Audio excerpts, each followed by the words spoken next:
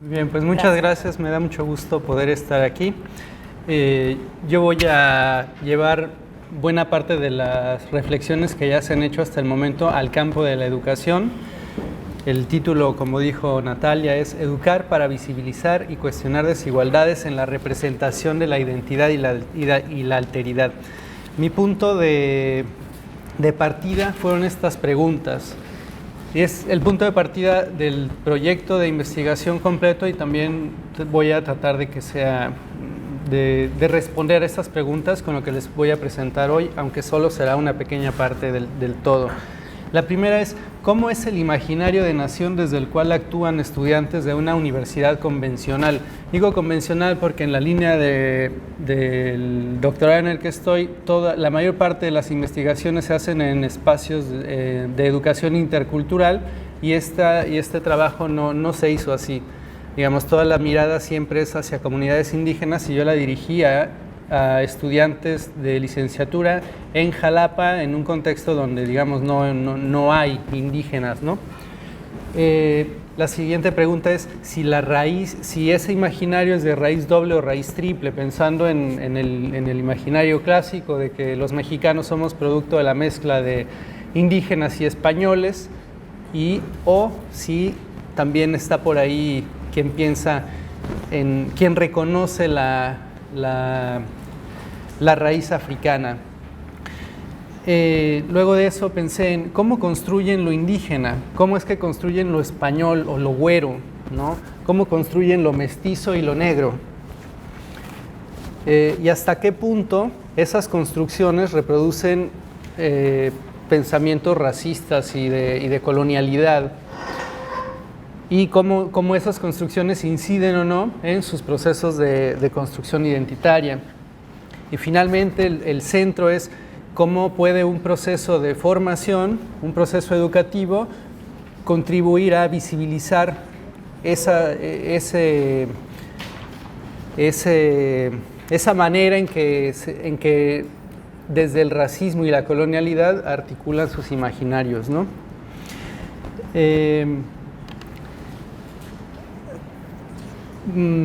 Lo que yo hice con este trabajo fue crear un escenario de investigación a partir de convocar a un taller de documental.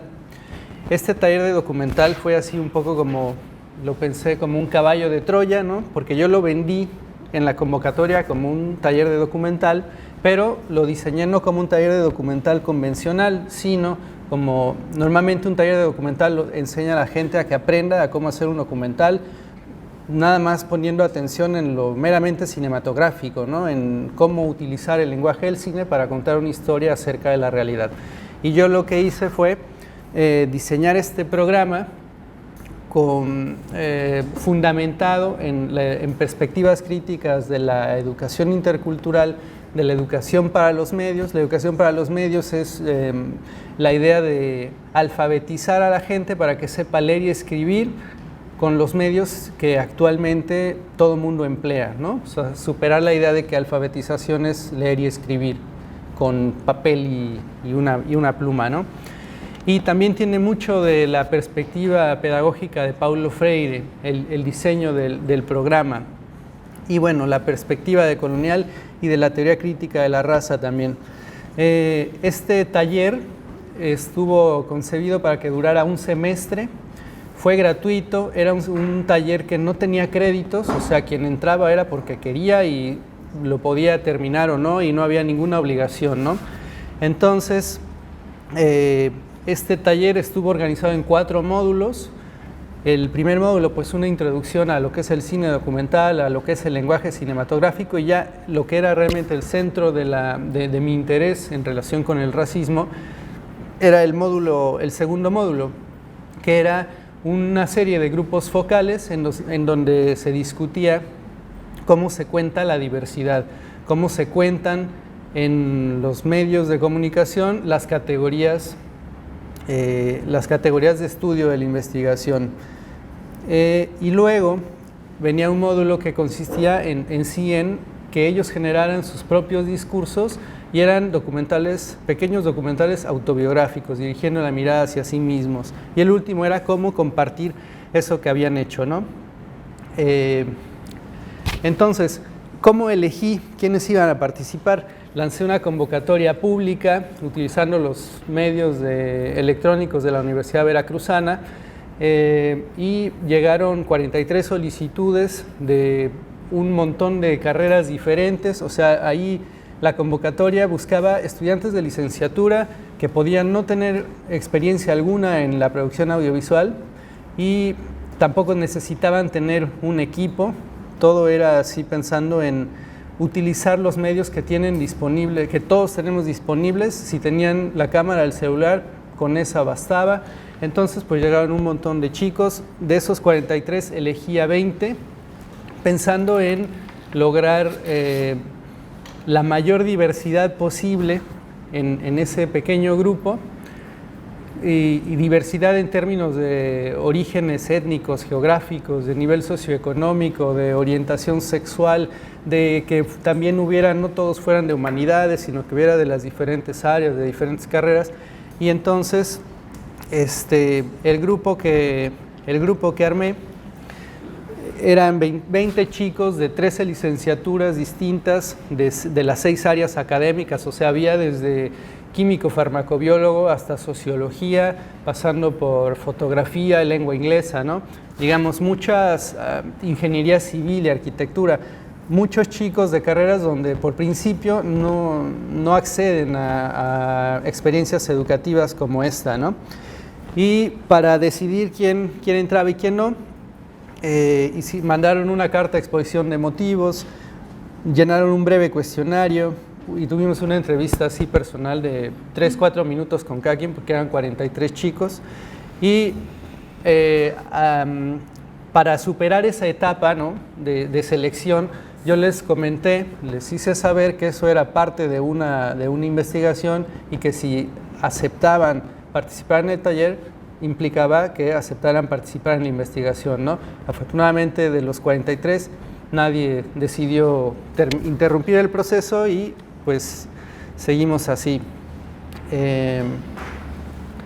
Bien, pues ya arrancando el taller, yo lo imaginé desde el principio y así he tratado de construirlo como un proceso de formación e investigación para la transformación social. Y de hecho se los hice saber así a los chicos. Les dije que yo lo que pretendía con el proyecto en general, la parte de formación e investigación, era tratar de cambiar el mundo aunque fuera un poquito. Y eso parece que también a muchos de ellos los estimuló, ¿no?, los animó. Entonces, lo que realicé, yo participé, yo fungí como facilitador e investigador al mismo tiempo, hice observación participante durante los 6 meses que duró esta experiencia educativa. Como les comenté, hice grupos focales. En este momento me voy a concentrar solamente en el grupo focal de cómo se cuenta lo indígena. Ya hablamos de la negritud, ahora voy a concentrarme en esta otra parte. Y la estructura de todas las sesiones de grupo focal fue esta que está aquí, ¿no? Primero una lluvia de ideas como para ver qué traemos en la cabeza en relación con esas categorías. Los estimulé a pensar en conversaciones que hubieran oído en su familia, en chistes, refranes, cualquier cosa, ¿no? Pasando también, obviamente, por lo que han visto en la televisión y en el cine. Luego yo les presenté una selección de imágenes que encontré vía Google como para empezar a detonar el pensamiento en torno a estas cosas. Y luego de esa parte venía ya, digamos, el centro de esta idea de la educación para los medios, que era comparar dos diferentes narrativas sobre la categoría de estudio en cuestión, y busqué siempre que fueran representaciones radicalmente opuestas, ¿no? Y finalmente, bueno, el resultado en general de todas esas sesiones de grupo focal pues fue que se recuperaron un montón de anécdotas, ¿no? Les daba pie a acordarse de cosas, a cosas que habían escuchado, que les habían pasado, que sabían que le había pasado a alguien, y a procesos de reflexión de cada uno de ellos, ¿no?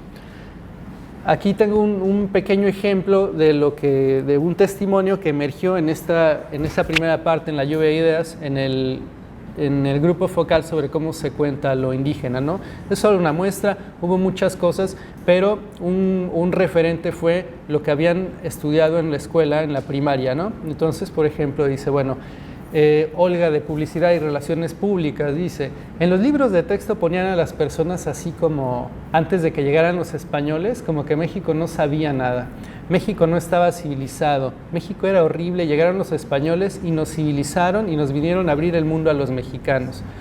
En ese mismo sentido, Antonio de Sistemas Computacionales Administrativos dice, se exaltaba mucho la figura de, por ejemplo, Benito Juárez, sobre todo sus carencias y cómo salió adelante a pesar de sus raíces indígenas, ¿no?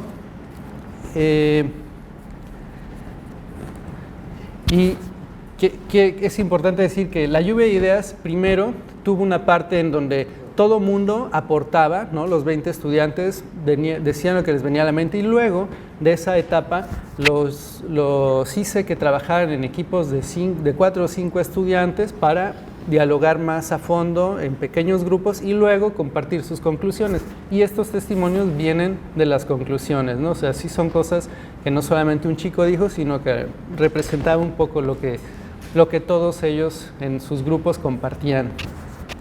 Luego, en las imágenes que saqué y los textos que saqué vía Google, pues les presenté, por ejemplo, esta imagen que está ahí. Sí, esta es otra imagen y eran cosas como que en el momento yo veía que circulaban en los medios de comunicación o en Facebook o así, eran cosas que estaban vigentes en ese momento, ¿no? Y bueno, lo que ocurría cuando veían estas imágenes era más o menos lo que está ocurriendo acá. Había quienes las observaban en silencio, quienes se reían, había cuchicheos, era así como, daba mucho de qué hablar estas imágenes, ¿no?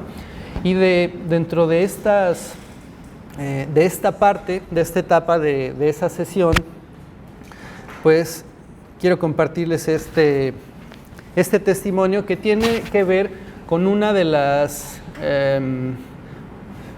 cuestiones recurrentes a la hora de hablar de esto, ¿no? Era, bueno, los indígenas son comúnmente representados en clave de broma, en clave de comedia, como en los programas de comedia, si hay algún indígena, o bien sale como el indito tonto, ¿no? que hace chistes, o como sirviente, ¿no? Son así como las dos alternativas posibles.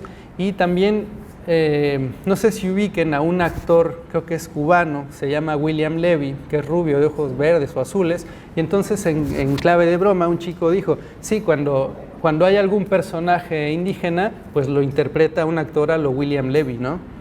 O sea, pensando en la idea de que si llega a haber personajes, son personajes, no hay actores indígenas. De hecho, les pedí pensar en qué actores indígenas recordaban y me dijeron la India María, puros personajes que no son indígenas, ¿no? Y bueno, este testimonio de David de Publicidad y Relaciones Públicas dice, bueno, siempre sacan su personaje del indito y contrastándolos con los que de veras son parte de una comunidad indígena, y dije, no manches, siempre hay una línea que es como el relajo y ya pasarse de lanza, pero en algunos casos creí que sí lo hacían neta por pasados de lanza, y esto es como representativo de lo que se discutió en torno a la representación de los indígenas como objeto de burla, ¿no? Y luego, en la etapa en que comparamos narrativas distintas, audiovisuales, sobre la representación del indígena, lo que vimos fueron estas dos piezas, ¿no? Uno, un comercial de la Guelaguetza, les puse, tiene la versión corta de 30 segundos y la de 1 minuto. Yo les puse la versión de 1 minuto, la vimos 2 veces y bueno, entre la sala había 2 chicas originarias de Oaxaca. Ellas en general parece que se sintieron muy incómodas con esto. Toda la presentación de ese comercial sucedió entre risas, digamos, nadie lo estaba tomando en serio, era puro cuchicheo. Y en contraste, ese comercial oficial del gobierno de Oaxaca, vimos ese cortometraje que se llama Hamak Kashim. Es un cortometraje acerca de un grupo de rock hecho por estudiantes del Centro Universitario de Estudios Cinematográficos de la UNAM, y es un grupo de rock integrado por miembros del pueblo Seri, del pueblo Comcac, del norte de México. Y bueno, las visiones que presentan uno y otro de lo indígena son radicalmente distintas, ¿no? Ahora les voy a compartir un par de testimonios acerca de lo que los estudiantes dijeron, ¿no? Por ejemplo, sobre el comercial de la Guelaguetza. Dice: en lugar de transmitirnos la idea de formar parte de la cultura, nos está poniendo así como, ahí están tus esclavos que te van a atender, porque eso es lo que se ve. Lo dice Celeste, de lengua inglesa. También Antonio, de Sistemas Computacionales Administrativos, dice: prácticamente vemos como todos los estereotipos, vas ahí a verlos para turistear y no para estar con ellos, o sea, no ser parte, sino ir como en el zoológico y disfrutar de todo eso. Y me parece que hace una pregunta interesantísima. Dice: ¿en qué concepto tenemos a los indígenas? Si son nuestro entretenimiento o si son claramente personas de nuestra misma nación.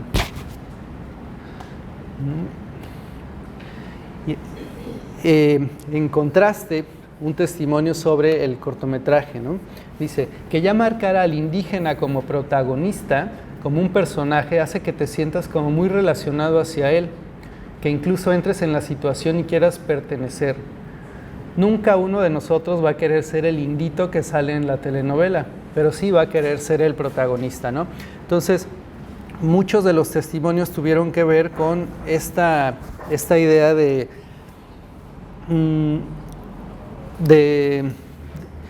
lo diferente que puede ser una representación y otra, de lo diferente que puede ser para quien lo ve, o sea, las diferentes sensaciones que despierta una representación y otra. Y algo que me pareció muy importante es que a todos los chicos les pregunté si alguna vez en su trayectoria escolar habían participado en experiencias educativas en las que hubieran tenido este tipo de reflexiones, y ninguno de los estudiantes nunca se había puesto a reflexionar en torno a cómo se representan las diferentes categorías que estábamos estudiando, ni siquiera estudiantes de antropología, ni siquiera estudiantes de sociología, ni siquiera un par de estudiantes muy activas en un colectivo feminista. O sea, habían tenido reflexiones de este tipo en torno a lo masculino y lo femenino, pero no en torno a cómo se construye lo indígena, por ejemplo. Y ellas dos, una de ellas, sus padres hablan náhuatl, y de la otra, sus abuelos hablaban maya, ¿no? Entonces, creo que muchos de estos testimonios entre racistólogos pueden ser así como, me estoy presentando como que estoy descubriendo el agua tibia, ¿no? Pero creo que la relevancia de esto radica en que estudiantes universitarios, incluso estudiantes politizados con una formación en humanidades, no habían reflexionado en torno a estos temas antes, ¿no? Y eso creo que es bastante, pues, alarmante, diría yo, ¿no? Y que también explica el por qué estamos aquí todos, ¿no? Finalmente, sobre comparar las diferentes narrativas, me parece muy interesante este testimonio de Héctor, de Lengua y Literatura Hispánica. Este chico es el único de los aspirantes que se presentó como afrodescendiente, y eso valió que fuera, sí o sí tuviera un lugar, ¿no? Porque era el único, entonces yo quería que hubiera la mayor diversidad. Entonces él entró, y además sus comentarios en general eran así, como este, ¿no? Un chico así muy, muy interesante. Y bueno, él dice: en el comercial no hay rostros y no hay voces, pero en el otro, en cambio, los sujetos tienen rostro, y no solamente son un rostro, sino que es una personalidad, porque se presentan frente a la cámara con su rostro, con su ropa y con una música que seguro ellos eligieron para que los representara. Hay una voz sobre su propia historia y el porqué de lo que están haciendo, ¿no? Y en el otro nadie sabe por qué hacen lo que hacen, nada más están ahí.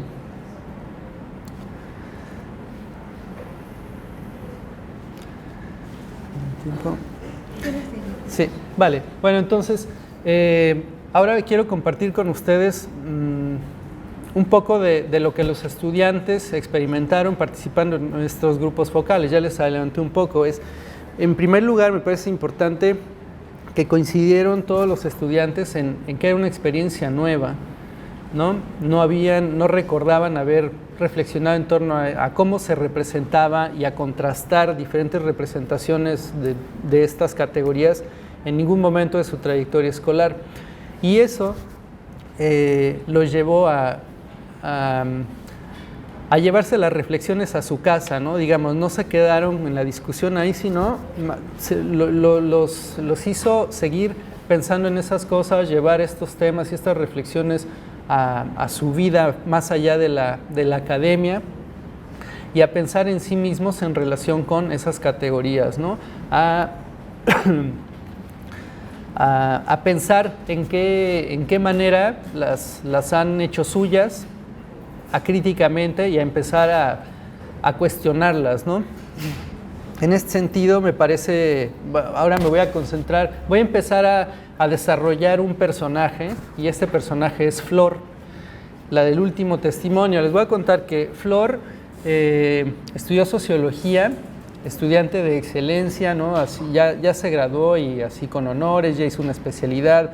Ella es originaria de Chetumal, pero su madre y sus abuelos y para atrás sus ancestros son de esta ciudad, de Mérida.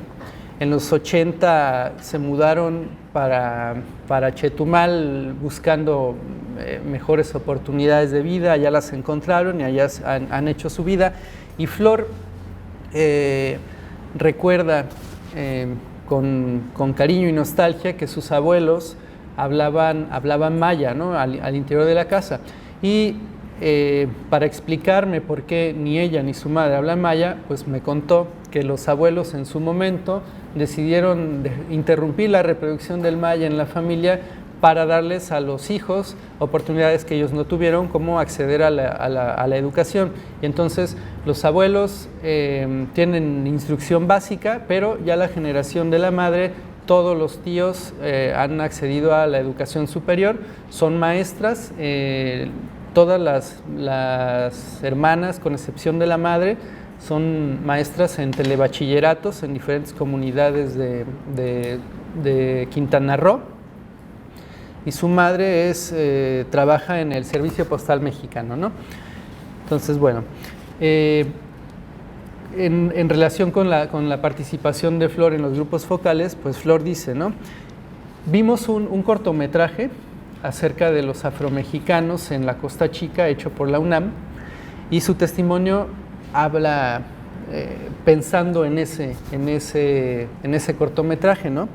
En esa pieza hay una señora que aparece dando su testimonio con una bandera de México aquí puesta como chal, y sobre esa imagen habla Flor, ¿no? Y dice, bueno, ver que hay diferentes tipos de belleza, lo que le dejó a ella su participación, ¿no? Dice, ver que hay diferentes tipos de belleza, que no sé, o sea, por ejemplo, esa señora, la recuerdo muy bien, dije, claro, así tiene que ser uno, tiene que reivindicar lo que tiene. Si no lo hace uno, si no se echa a flores uno, ¿quién más lo va a hacer?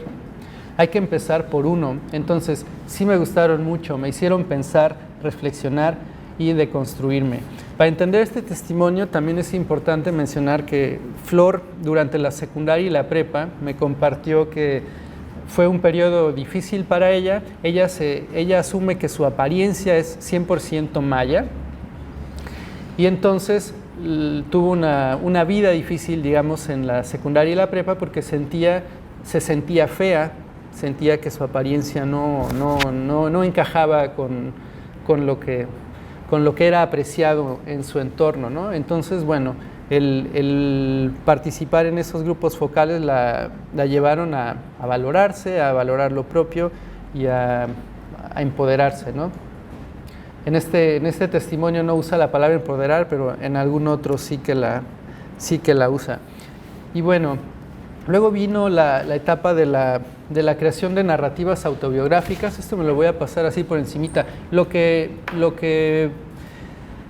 Para lo que sirvió en relación con el tema del racismo y del análisis del racismo y la decolonialidad fue para que ellos se miraran a sí mismos y para reforzar el conocimiento de cómo se construyen las representaciones, ¿no? El hacer evidente a partir de que ellos mismos crearan sus narraciones que toda narración es una construcción. Vale, esto me lo salto así. Esto me parece interesante porque parte del proyecto, digamos, el deseo final es que el capacitar, el formar a estudiantes para que sean narradores puede derivar en que hagan un uso de esa herramienta, ese instrumento más allá del aula, ¿no? Que se lo apropien y puedan contar historias que les interesen. Y en este caso David, de Publicidad y Relaciones Públicas, hizo un cortometraje acerca de la vida de su familia ligada a la producción de café. Son cafetaleros de toda la vida, no cafetaleros de un poder económico grande, sino pues gente trabajadora que son la primera generación, él y su hermana, que acceden a la educación superior, por ejemplo, y bueno, siempre limitados en dinero, pero ahí van tirando para adelante y pudiendo hacer las cosas, ¿no? Entonces, este testimonio me parece muy importante, creo que es el caso más relevante en relación con esta idea de generar medios comunitarios como resultado deseado de esta experiencia, y dice, ¿no? Llegó a compartir con su familia el trabajo que había hecho, ¿no? Dice, se los puse y lo empezaron a ver. Yo ni siquiera estaba volteando a ver el corto, yo estaba volteando a ver cómo reaccionaban, como que les daba risa que veían a la señora que grabé, a la de la tienda, al del caballo. Y cuando mi papá empezó a hablar, sí les dio mucha risa que mi papá estaba ahí todo serio explicando. A mi mamá le gustó que saliera mi abuelito. Cuando grabamos, mi hermana me ayudó. Entonces, como que le gustó que utilicé lo que ella grabó. Creo que les gustó porque cada uno participó, porque cada uno de ellos me ayudó también, me ayudó a grabar.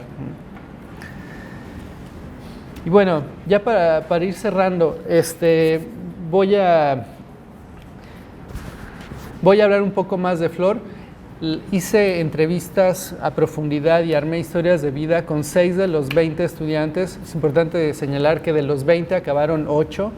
Y entonces yo me concentré en 6 casos, uno de estos casos es Flor, y a todos les pregunté en la primera entrevista, aparte de muchas otras cosas, en qué orden consideraban que las categorías de estudio las describían con mayor precisión, ¿no? Entonces tenían que ordenar las categorías de indígena, negro, mestizo y mexicano, fueron las que yo les di, y también pudieron agregar ellos alguna categoría si así lo deseaban.